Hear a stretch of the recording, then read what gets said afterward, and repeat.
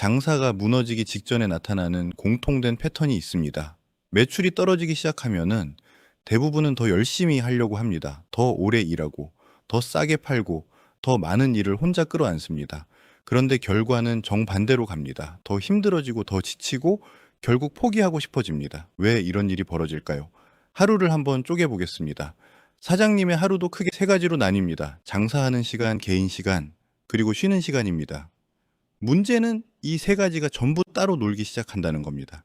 가게에 있을 때는 이런 생각을 합니다. 오늘 장사 끝나면은 좀 쉬어야지. 이번 달만 버티자. 그러면은 장사 시간 내내 집중이 흐트러집니다. 손님 한 명, 한 명에게 집중해야 하는데 머릿속은 계속 언제 끝나지만 생각합니다. 그 상태에서 서비스가 좋아질 리가 없습니다. 이렇게 말하면 현실이 힘드니까 그런 생각 드는 거죠. 라고 하실 수 있습니다. 맞습니다. 힘드니까 드는 생각입니다. 그런데 그 생각이 장사를 더 망가뜨린다는 게 핵심입니다. 그럼 장사 끝나고 집에 가면 행복할까요? 그렇지도 않습니다. 이번에는 반대로 내일 장사 어떡하지가 시작됩니다. 재료값, 인건비, 리뷰, 매출 걱정이 머릿속을 떠나지 않습니다. 쉬는 시간조차 쉬는 시간이 아닙니다. 심지어 잠도 편하지 않습니다. 내일 어떻게 버티지 이 생각 때문에 깊이 못 잡니다. 결국 하루 24시간 중 단 한순간도 온전히 현재에 집중하지 못하는 상태가 됩니다. 이 상태가 계속되면은 어떤 선택을 하게 될까요? 대부분은 포기를 떠올립니다. 이게 장사 망하기 직전 90%가 겪는 흐름입니다. 그럼 어떻게 바꿔야 할까요? 핵심은 단 하나입니다. 장사 시간과 내 인생을 분리하지 말고 하나로 묶어야 합니다. 많은 사장님들이 이렇게 생각합니다. 가게는 돈 버는 곳이고 내 인생은 따로 있다고. 그래서 장사 시간은 버티는 시간, 끝나면 내 인생 시작이라고 생각합니다. 그런데 이 구조에서는 절대 이길 수 없습니다. 왜냐하면 어떤 사장님은 장사하는 10시간을 그냥 버티는 데 쓰고 어떤 사장님은 그 10시간을 자기 목표를 이루는 데 쓰기 때문입니다. 같은 시간을 써도 성장 속도가 완전히 달라집니다. 여기서 이런 반론이 나옵니다.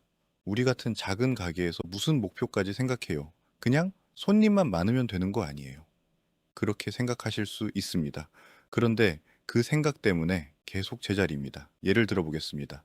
내가 이 동네에서 가장 리뷰가 많은 가게를 만들겠다는 목표가 있다고 해보겠습니다. 그러면은 장사하는 모든 행동이 바뀝니다. 손님 한 명 올 때마다 리뷰를 어떻게 남기게 할지 고민하게 됩니다. 자연스럽게 서비스, 응대, 동선, 한마디 멘트까지 달라집니다.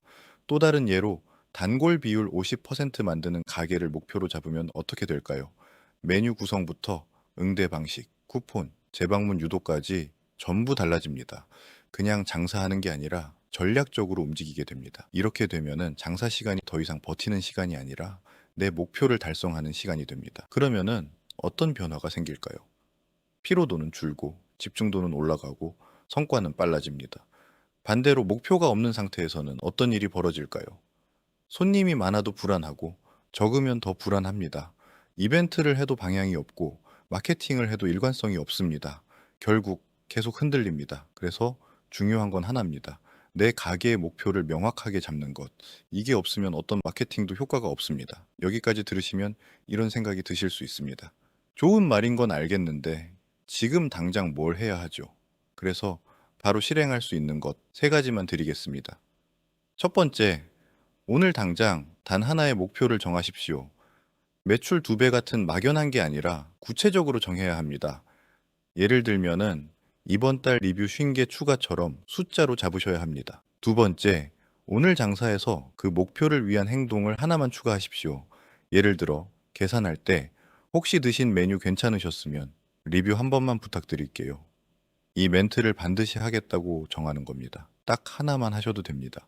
세 번째, 장사 끝나고 10분만 투자해서 기록하십시오. 오늘 몇 명에게 요청했는지, 몇 개가 올라왔는지 적어보세요. 이게 쌓이면 감이 아니라 데이터로 장사를 하게 됩니다.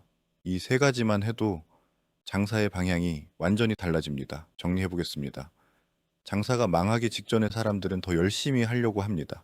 하지만 방향 없이 노력하면은 더 빨리 무너집니다. 반대로 목표를 하나로 묶고 장사 시간을 그 목표에 연결하면은 같은 시간으로 완전히 다른 결과를 만들 수 있습니다.